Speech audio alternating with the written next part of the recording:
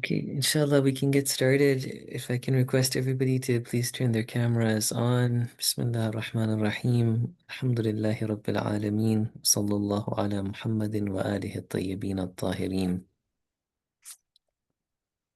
I hope you guys are all doing well. Okay, so basically, inshallah, let's get started. Just a recap of where we are. Alhamdulillah, I won't now review the material anymore. We've done that a few times. But we basically finished all the main material about epistemology. In these sessions, today being the second last session, inshallah, we're talking about fallacies. It's related to epistemology. In epistemology, we were talking about knowledge and where our knowledge comes from, how we can identify correct knowledge versus incorrect knowledge. And so fallacies are examples of incorrect knowledge. So even though it's not directly related to kind of the deeper discussions of where our knowledge comes from that we had earlier, it's still a really practical and useful exercise to examine fallacies and examine false arguments. The plan is next week, inshallah, I do have a series of questions. So, before next week, if you can look back at the notes, somehow try to recap the different material that we went through, not lesson one, but lesson two, three, four, five in particular. Inshallah, I have some questions. So next week we will spend some time going through an exam. And even I think my father has a survey for all the participants. We want to hear from you guys as well, how the class went, how interested you are in continuing, and so on, inshallah. With regards to this topic of fallacies, just again a recap, I'm using this Farsi book by somebody called Ali Asghar Khandan. And in that, he goes through different categories of fallacies. Last week, we talked about fallacies in explanations. I'll recap the different types that we went through, but these are all just a few examples. The book has even more examples for every one of these categories than what we will be able to look at. So even last week when we talked about fallacies in explanation, there were some of the types of fallacies that are mentioned in this book. But there, the idea was that when somebody is trying to explain something, give an argument, even if it's not in a formal syllogism, formal logical manner, they can somehow go down an incorrect argument and have a fallacy.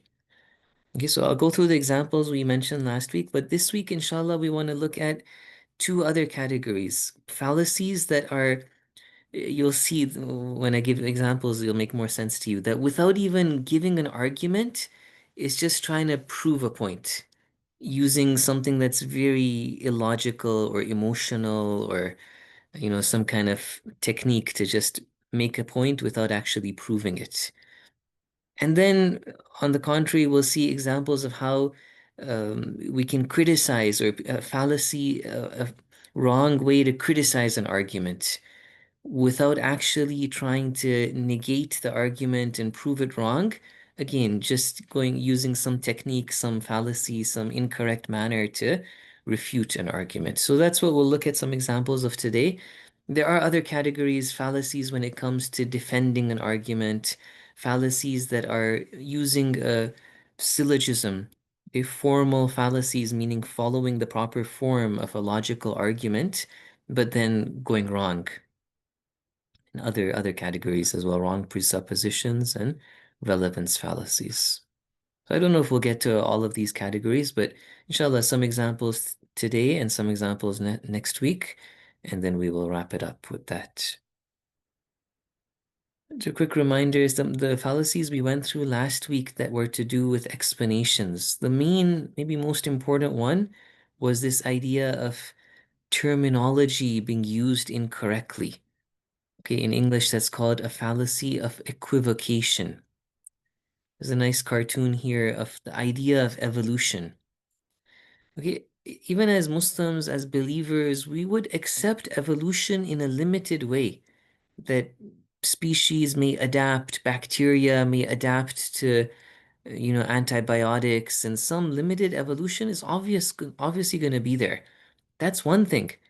It's altogether another claim to say that all the species have evolved from, single cell organisms, and I don't know, human beings have evolved out of monkeys, and that's two different things altogether. And so if we are, overlapping and using one term to refer to both of them, that could be an example of a fallacy of equivocation.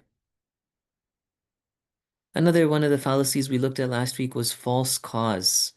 When sometimes something like, for example, we said being backwards would be attributed to Islam. Sometimes it could be like that, where it's absolutely not a cause. Sometimes it might be a partial cause, but it's presented as if it is the only cause. It is the main or sole cause of something. We said another way of and then some final examples of fallacies are, when you want to prove something, simply lying, not saying the truth. Or tawriya. Is a fiqhi Arabic term. There's actually an English terminology that refers to it. One second, I'll get you the English term for it. Yeah, it's called economy with the truth. It's the idea of how you somehow say something that's technically correct, even though you know that the person listening to you is going to misunderstand it. Or we talked about how the media or, people could use fallacies by incompletely quoting somebody to misrepresent them. Or distort the truth altogether. Maybe you quote somebody correctly, but you somehow put a spin on the interpretation of what was said to totally deceive who you're talking to. And we said that these are things that, we have to be careful about, and they're even more dangerous than lying. Normally, lying is going to be very easily caught. But when you distort the message, distort the truth, that becomes something very hard to sometimes catch. One of the good examples that Ayatollah Khamenei tries to really tell people about is that the image of the Imams has been distorted. And the Ahlul Bayt, the Imams in our time, a lot of Shia have this image of them being as old men who are on their musalla praying, very pious, ethical people who were removed from society, who didn't have any concern about the plight of the other Muslims and were not planning to fix the problems in society. He said that is a total distortion of the truth. And it's based on haqq as well. Like, the Imams talked about importance of worship. The Imams were people who prayed, I don't know, 1,000 rak'at every day and night, fasted in the day, cried at night. But then to just think that that is Islam, and then they had nothing to do with the Banu al-Abbas and Banu Umayyah killing all these Shia and, messing up the whole world, that is a very big distortion of the image of the Ahlul Bayt. So these are examples of how these fallacies are really relevant and important and apply to Islam, apply to our lives. Okay, if you guys have any comments, questions, again, like always, please feel free to jump in. We are missing some of our friends from Vancouver because there was a death of one of the very active, important elder members of the community in Vancouver related to some of our students. So, as we are going to start, why don't we recite a Surah Fatiha for this marhum? His name was Qurban Virji. So, recite a Fatiha, inshallah, and we'll move on. Bismillah.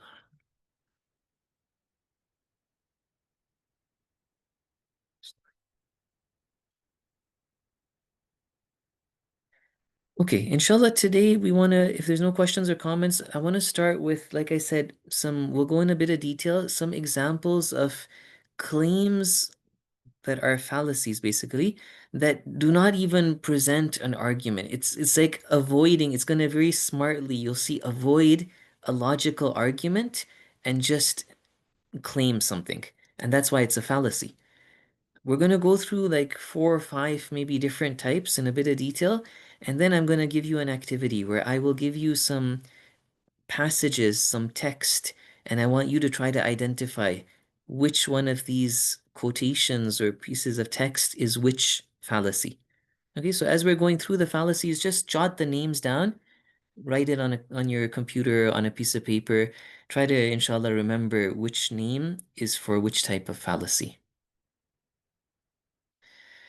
Oh, and the other really interesting thing that this Farsi book that I'm using does, which I will try to convey to you, is that time and again the author quotes verses of the Quran very nicely to show how the kuffar at the time of our Prophet sallallahu alaihi wasallam, or even in the accounts of previous prophets, they were using these fallacies. And so that's really nice. It shows us how Allah Ta'ala is introducing the kuffar as people whose thinking is incorrect. And that further somehow as Muslims that further proves for us the importance of this argument, this whole kind of, lesson of learning fallacies and how indeed these are wrong arguments. Okay. So the first argument is going to be one where, as opposed to using a logical proof, you say something that cannot be challenged. Okay, it's like you're going to avoid giving a logical argument and you're going to say something that the other person cannot respond to. Okay, and so there's some Latin name for this in English called argumentum ad lapidem. And then there's a common name it's referred to as appeal to the stone. And there's a story behind it. You can search it online. But basically, the idea is like it's some emotional. By the way, one other point, a lot of these fallacies maybe are going to be very similar to each other. You'll see as we go through them, they may somehow overlap even. But anyways, this one, the idea is that it's like an emotional argument. It's a um, superstitious argument that cannot be challenged. Okay? So, for example, in this Farsi cartoon in front of you, the man is telling the other man that, look, I can just tell by looking at this guy's face that he's a dishonest person. I feel it. Like, I look at him and I can tell he's not an honest person. What are you supposed to say to that? He said that when I look at him, I can, بنظرم بنظر من او آدم متقلبی است. Okay, in my opinion, he is somebody who is deceitful. وقتی من به چهره این فرد نگاه میکنم, when I look at his face, میفهمم که چجور آدمی. I can tell what kind of a person he is just by looking at him. Okay? Interesting thing is in previous prophets, Prophet Shu'aib and maybe other prophets of Allah in the Quran, their community, when they brought the message of God, Tawheed, Ma'ad, Islam to them, they were like, you are a bad luck person. اطيرنا بك وبمن معك. What is that? Like that's not an argument. That's not logic. It's just like, oh, you are a bad luck to us. Superstition, basically. So, Brother Akil, another example, when an expert makes a claim and nobody can argue against it. I don't know. It's something to think about, Brother Akil. Like, if it's an expert, maybe he's saying that, okay, like learn the prerequisites and then I can explain it to you. Okay, so you make a good point, Brother Akil, that sometimes these fallacies, if they are coming alongside an explanation, they are not a fallacy. Okay? So calling any opposition anti-Semitism. The example I'm thinking of is there are some Maulanas who say things that they mix truth and falsehood on the member, and the audience isn't brave enough to raise their hand and say, hey, that's wrong, or they're not educated enough to know. If he's not giving an argument at all and he's just saying that, like, okay, I understand, you don't understand. Yeah, then that's some kind of fallacy. Okay. But maybe another time he doesn't have the people who he's talking to do not have the prerequisites for him to be able to explain the whole kind of background behind it, right? Anyways. Okay, so that was one. Ad whatever, argumentum ad lapidem, or appeal to the stone. The second one is this idea that we're gonna just present this argument as being so obvious that nobody would dare challenge it. Okay, maybe I guess that's not like what you were saying, Brother Akil, but we're just gonna say that like, okay, let me give you some examples here. But yeah, you can imagine that it's presented in a way as if every schoolboy knows it. Meaning what? Meaning that it's so clear that it'd be so embarrassing for somebody to try to stand up against it. Okay? We're like, oh, this is just as easy as two plus two.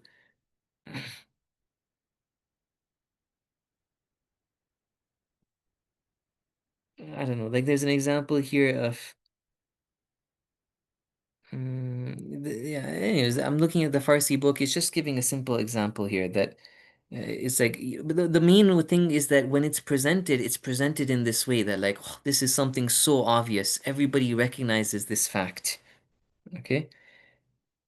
Whatever. The actual example is not important. The point is that like it's presented in this packaged in this way, bigged up and presented in such a way that, nobody is gonna people are gonna be embarrassed to basically challenge it. Okay? Now again, Brother Akil, going back to what I was saying, there may be one time where somebody gives a proof or they have a proof, and then it's such an obvious argument that they say, oh, this is so obvious, every schoolboy knows it, or everybody can figure it out. Okay? There, that's not a fallacy. It's a fallacy when we are avoiding or we don't have proof and we don't want to give proof, but instead we just present it in this way that, oh, this is something so obvious. Everybody knows this. Okay. Yeah, it's something. So the example that I have in the book is something like this, that somebody says, oh, this is so obvious that whenever there's inflation, the government needs to step back and allow like the free market to fix the inflation. But whatever, that example of free market inflation is not important. The important thing is that whoever is doing the fallacy presents it in this way that "Oh, this is something so obvious." Okay, so that's another one. I have another two or three, I think, in this section. The other one, next one is called poisoning the well.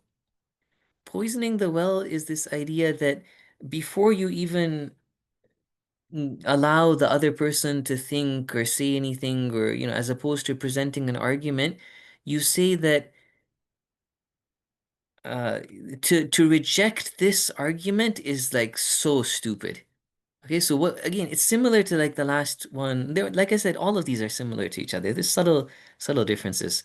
So the idea is that you're poisoning the perception of your audience, that to reject this is something ridiculous. To reject this is something stupid. Only somebody who doesn't, has like a very bad akhlaq or bad trait in them. I'll mention the Emperor's New Clothes, is gonna somehow reject this argument. Okay. Again, this is something in the Quran that we see that the kuffar at the time, opening verses of Surah Al-Baqarah, maybe a lot of you are familiar with this. وَإِذَا قِيلَ لَهُمْ آمِنُوا كَمَا آمَنَ النَّاسِ قَالُوا أَنُؤْمِنُ كَمَا آمَنَ السُّفَهَاءُ. Oh, are we going to believe the way the foolish people believe? So they're somehow presenting belief in God, belief in Islam, as being something foolish, without bothering to logically analyze it, give an argument, think about it. It's just discarded as being something foolish. And then other people would be scared to accept religion because now it has been termed and written off as being something foolish. Okay, the idea, the story behind this Emperor's New Clothes, I'm guessing you guys, a lot of you are familiar with it. It's like, it's an ancient tale that some people came to an emperor and told him that, oh, we have this, really amazing kind of cloth that we can sew clothes for you with. But if you are, Allah, there's different versions of it. If you are a dumb person, or maybe in other versions, if you are a haram zadeh, if you are like of illegitimate birth, you won't see the clothes. The clothes will be invisible for you. So then everybody pretends like they can see it. And all the viziers and all the people and the emperor himself, they're all going on and on about, oh, this is such nice cloth and, it looks so good. But actually, there's nothing there. Okay, so it's the same idea behind this fallacy that by presenting it as being embarrassing to reject because it's so bad to reject it, then you're just avoiding the whole argument altogether.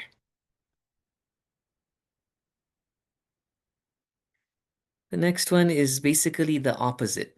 Okay, so as opposed to putting down the person who rejects the argument, you praise and big up the person who accepts this argument. Okay, so let me give you an example of this in this Farsi book. Um, it's like this. Imagine somebody wants to give a name to a product. Let's say like a company is releasing a new product, and the person who's giving the name, he's like, anybody who has like a good sense of taste, anybody who is a person of, literature, familiar, somebody who has good character, they would appreciate this name that I want to give, whatever the name is. And so by giving such a strong praise for it, it's like has to accept it, right? People would be embarrassed to not accept it. And so it just somehow avoids the whole kind of argument by praising the person who accepts this argument. Again, we can see this in the Quran in one of the, so this is kind of related. Okay, maybe not the exact same thing as this fallacy, but it's this idea of flattering and praising somebody so that they go with what you want. They accept what you want them to accept. So again, Prophet Shu'aib alayhi salam, ala nabiyina wa alihi wa alayhi salam, when we have in a hadith that when we mention the name of any other prophet, first we should send salawat on our prophet and the Ahlul Bayt, and then we should say salam to them. So ala nabiyina wa alihi wa alayhi salam. We have this in the Quran that they told Shu'aib, Ya Shu'aib, أصلاتك تأمرك أن نترك ما يعبد آباؤنا أو أن نفعل في أموالنا ما نشاء إنك لأنت الحليم الرشيد. That, oh Shu'aib, you pray so much. Do your prayers now make you go against our gods and stop us from using our money the way we want to use our money? Okay, so they were doing haram things with their money.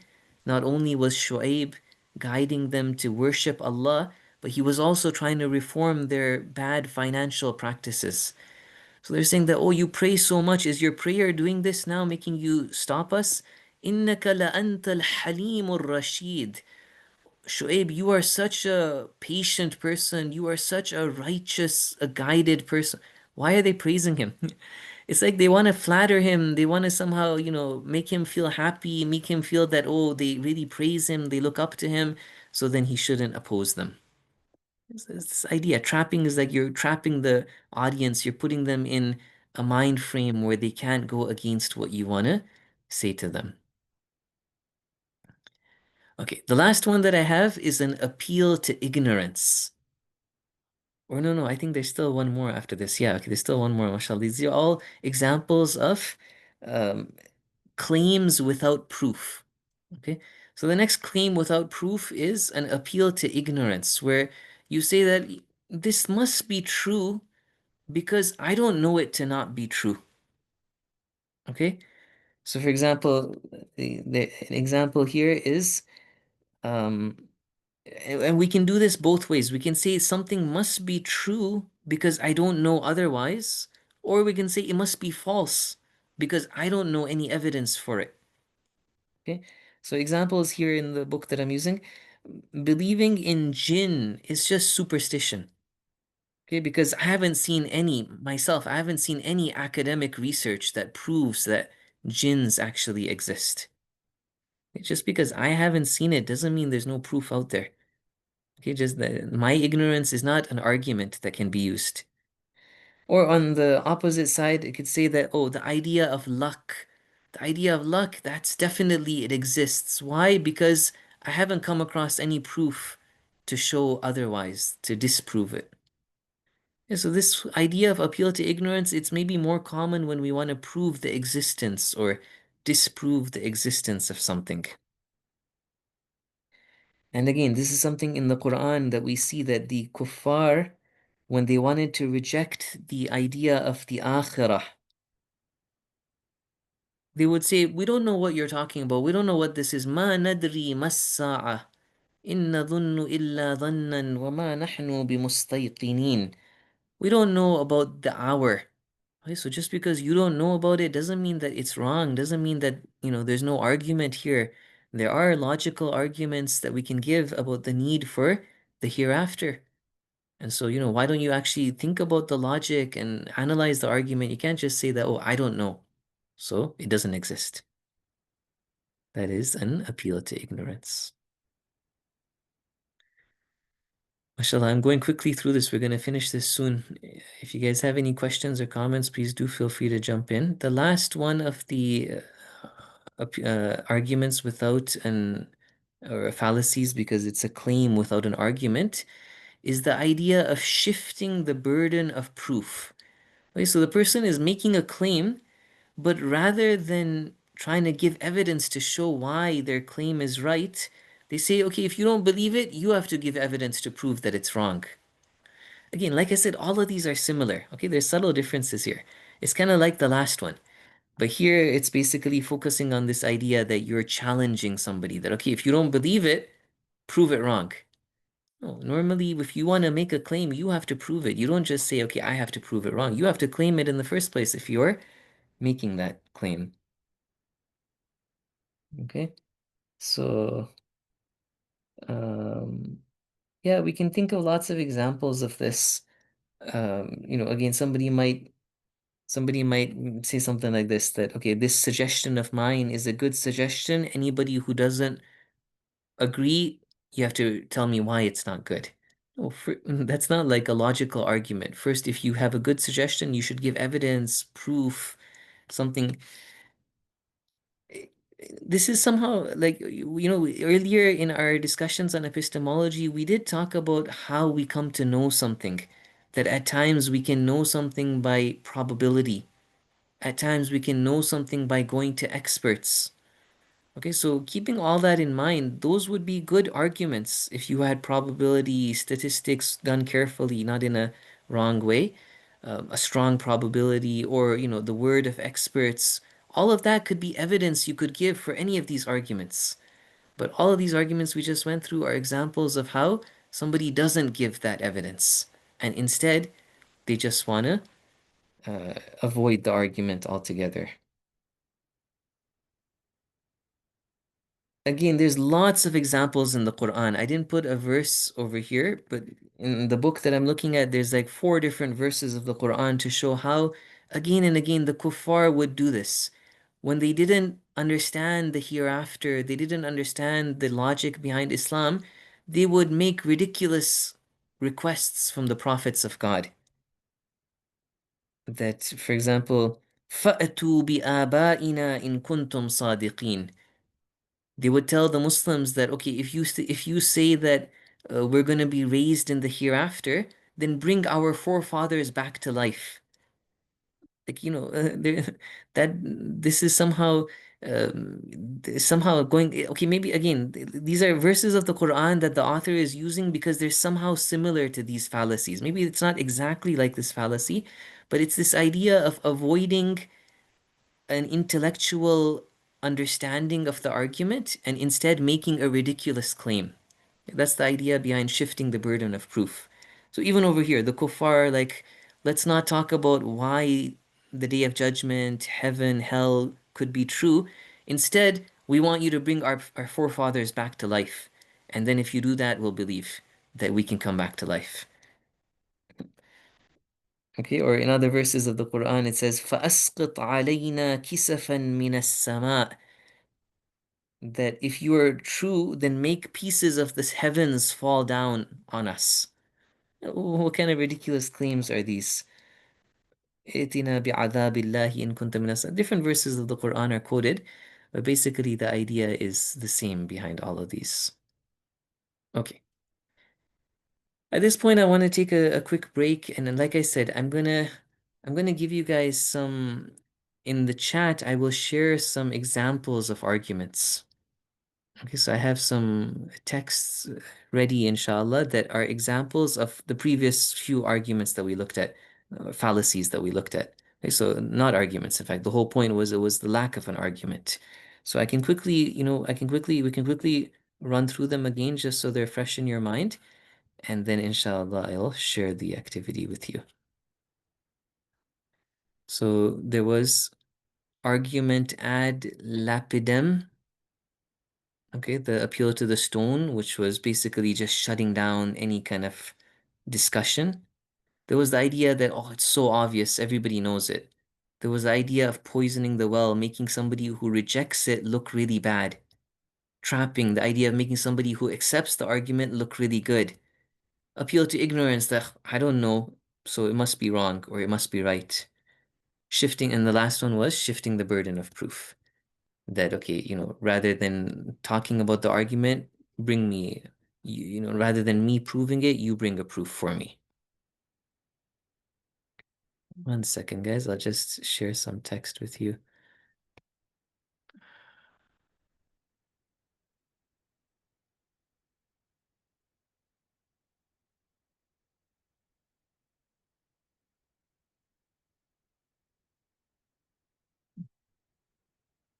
Okay, I hope inshallah this is all correct and works. So these are 6 different paragraphs.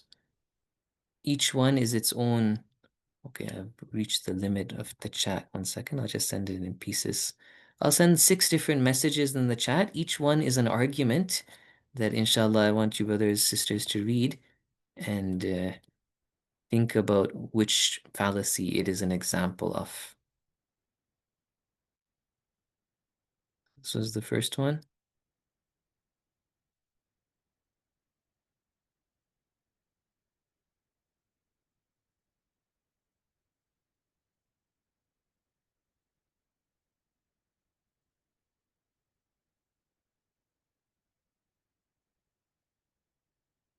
Second one.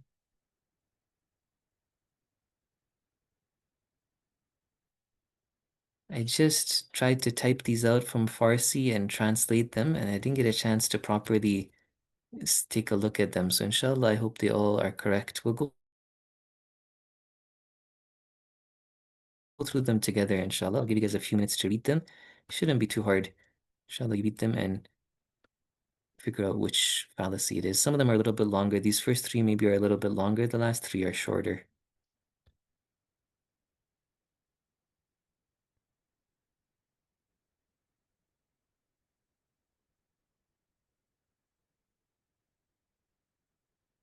Okay. Okay, in the meantime, I'm going to step aside and say Fajr prayers and come back. So give me a few minutes. You guys can think about this. If you're done, you can discuss it amongst yourselves as well. And, you can think about more if you want. You have more time. You can think about more examples of fallacies. Maybe you can find fallacies in the words of politicians, contemporary politicians or something. I'll be back in a few minutes, inshallah.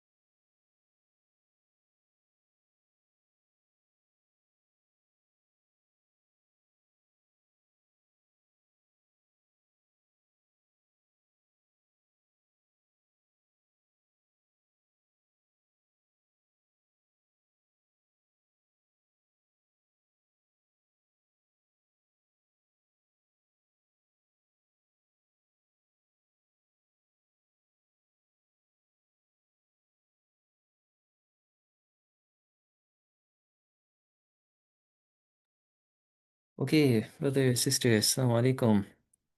Did you guys come to a conclusion about all of them? Was it easy?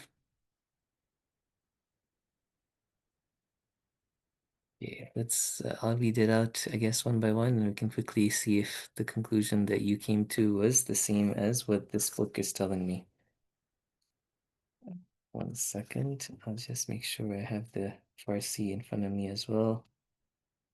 So yeah, the first one, the new language learning plan will definitely have a very desirable yield because since this plan was proposed in the country's press and scientific circles, no article has yet been observed to refute it or to express its flaws or shortcomings. Which one was this? Anybody?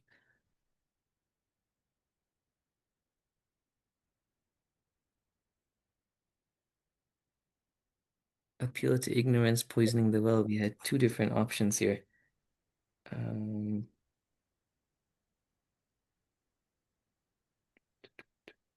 I'm trying to see which ones these were. One second. I have like a whole bunch of different questions in front of me. The first one was appeal to ignorance, actually. Yeah, so Maher and Huda and Muhammad Hadi Datu, yeah, that is actually what I have here as well. Okay, appeal to ignorance, because it's saying that like we haven't seen any article. Yeah, okay. So the second one was um, a long one. In my opinion, the novels that have been recently translated, whatever, they do harm to the culture and this and that. The person who's saying this is talking to somebody saying you have criticisms, but until you possess the sense of youth, so you're so like, you don't have this. Until you possess the sense of youth, adventure, and emotional feeling of the younger generation, no judgment from you is going to be valid. What did you guys think?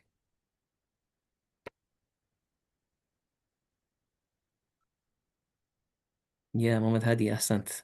Yeah, this was argumentum ad lapidem. It's like there's no way that anything can be said about that. Okay. The third one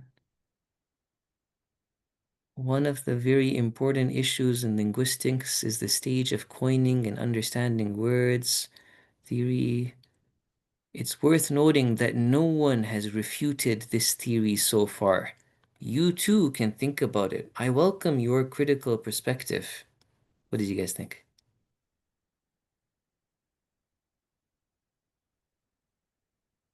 What's important is what he said at the end. You too can think about it. I welcome your critical perspective.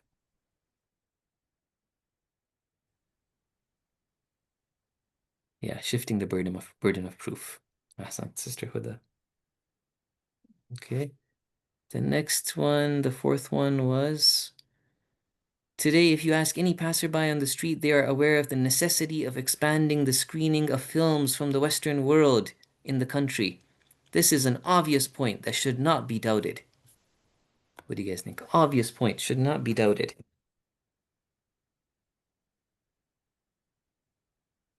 Every schoolboy knows. Ahsan. Okay. Fifth one, except for crude and tasteless individuals, anyone can recognize that music is necessary. Poetry, music, okay, is necessary for the person's growth. What do you guys think?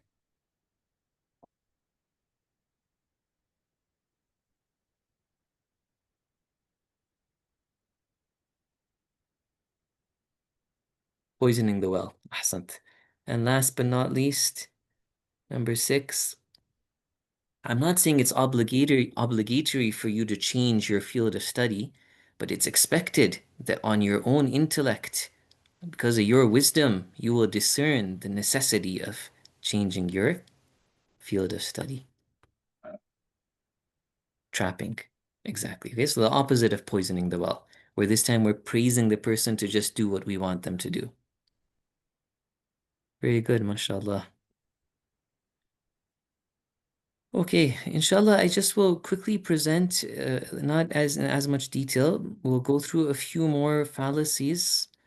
These fallacies are to do with idea of okay, claiming without reasoning was what we were doing all this time. My mistake. I didn't put the title properly. The next three or so that I'm going to mention are fallacies in criticizing. Okay, that's what it is. Not claiming without reason, fallacies in criticizing. Yeah, right here. Okay, so here I have just four of them that I don't have a slide for each one. I just have put a name for it, and I will walk you guys through these.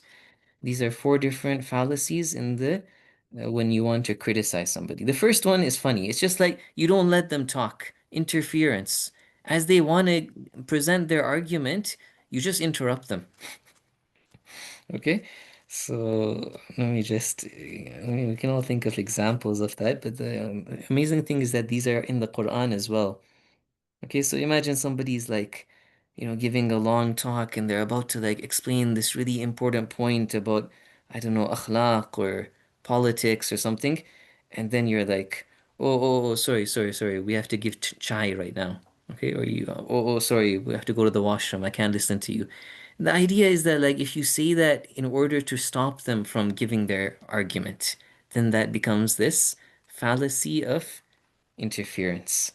In the Quran itself, it says that some of the kuffar in Surah Fussilat, the 41st Surah, وَقَالَ الَّذِينَ كَفَرُوا لَا تَسْمَعُوا لِهَذَا الْقُرْآنِ وَالْغَوْا فِيهِ وَأَلْغَوْا, maybe وَالْغَوْا, I think وَالْغَوْا فِيهِ لَعَلَّكُمْ تغلبون. So basically, this is the idea that the kuffar, they didn't even let the Prophet ﷺ give his argument. They were somehow stopping him from talking and telling people that, don't even go and listen to him. لا تسمعوا لهذا القرآن.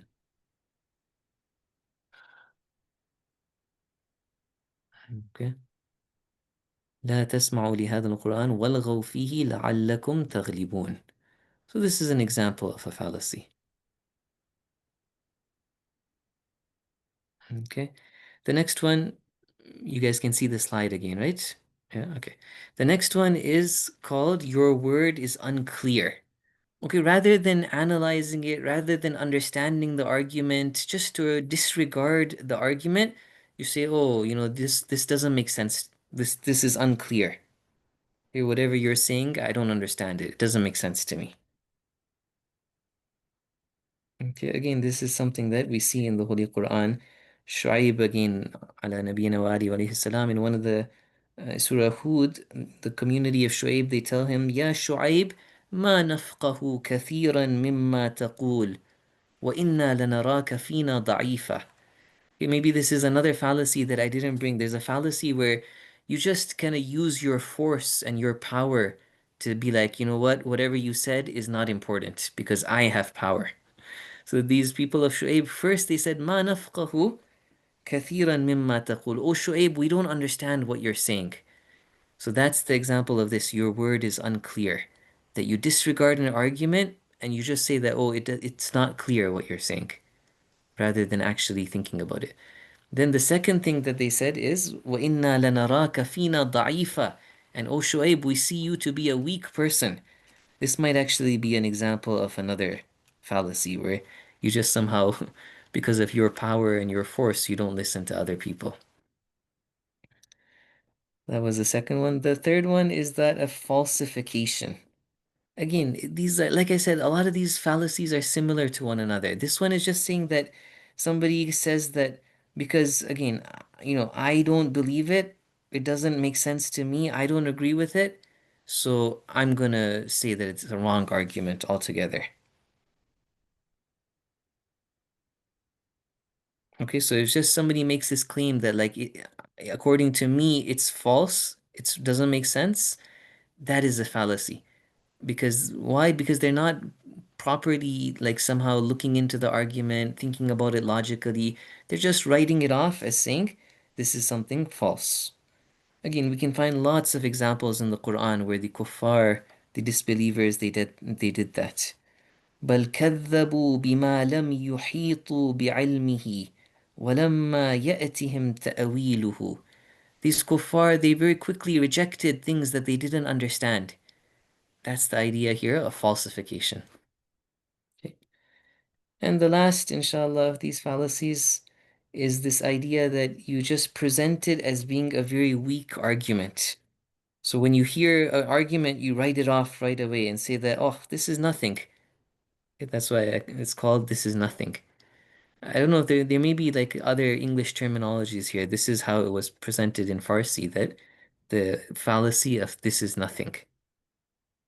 Okay, again, verses of the Quran that to our Prophet sallallahu alaihi they would say, وَإِذَا تُتْلَى عَلَيْهِمْ آيَاتُنَا قَالُوا قَدْ سَمِعْنَا لَوْ نَشَاء لَقُلْنَا مِثْلَ هَذَا. Oh, we've heard this before. If we wanted to, we could say such things as well. They just, they don't give it proper thought. They don't think about it. They don't see the logic. They just quickly disregard it as being nothing significant.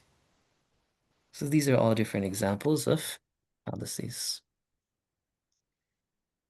If anybody has any questions, any comments, anything you guys want to discuss, related, even unrelated, we have about 10 minutes left in the class, but that was all that I had prepared to present to you guys today. Inshallah. I'll pause here if anybody wants to discuss anything. Otherwise, inshallah, we can end the class a bit early today. Yeah, Sister Huda, definitely. I don't mind. I can share the slides with you guys. There's lots of more examples in these books, but as you can see, they're very similar. The overall idea is anything that is a wrong way of thinking. So what we've been looking at are examples of avoiding the argument altogether. Other types of fallacies would come about by giving an argument that has a mistake in it. Okay, so here's a good one that this would fall under formal fallacies. I mentioned this to you guys last week. Let's think about it right now. If I were to say the following, that no, okay, sorry, a cheap house is rare. Toronto houses are so expensive. A cheap house is rare. Something rare is expensive. Therefore, a cheap house is expensive. Okay, this was laid out as a formal argument, a syllogism, where we had two premises. And apparently it seems correct. The word rare was in the first premise, the word rare was in the second premise, but obviously the conclusion is wrong. Something has gone wrong in this logic, where we said a cheap house is expensive. What do you guys think? By the way, this specific example has been explained in different ways. So people have come up with different explanations that could all be correct even as to why this is wrong. But any thoughts? Why do you guys think that argument, where did that argument go wrong? Where's the fallacy?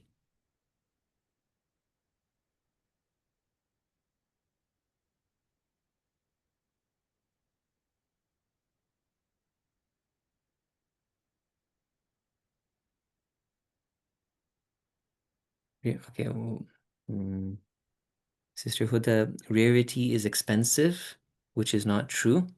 So the second statement, so again, let me just write this out. A cheap, a cheap house is rare. Anything rare is expensive. Conclusion, a cheap house is expensive.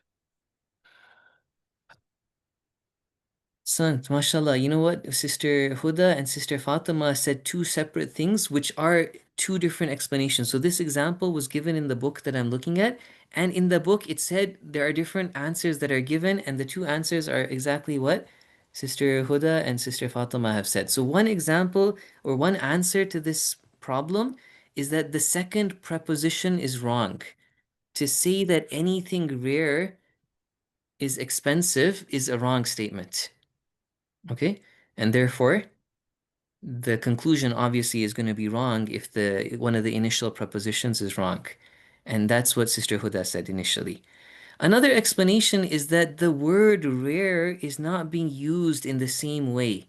Okay, so this is an equivocation maybe, or no, this would fall under formal fallacies that we haven't talked about yet, where there are terminologies in for a syllogism in the field of logic. This term that is repeated is called the haddul wasat, the middle term in English, I think. Okay, and so the middle term has to be the same. It's the same thing that has to be repeated. But here, one of the explanations as to why this is a fallacy is that the word rare means something subtly different in the first preposition versus the second preposition. Anyways, okay, so these are examples of other examples of fallacies. Okay, if you guys have anything you want to discuss, I'm happy to stick around. Otherwise, we can end, inshallah. Sallallahu ala Muhammad wa alihi tahirin. Inshallah, like I said, yeah, go ahead. Somebody was saying something? No, thanks, Biamanillah. Thank you very much for the lesson. I enjoyed No it. problem, no problem, no problem. Fi amanillah. Inshallah, for next week we will have an exam. So everybody, please try to re look over your notes for the entire course up till now, and come ready, inshallah. Okay, take care, everybody. Fi Sorry, what kind amanillah. of exam are we talking about?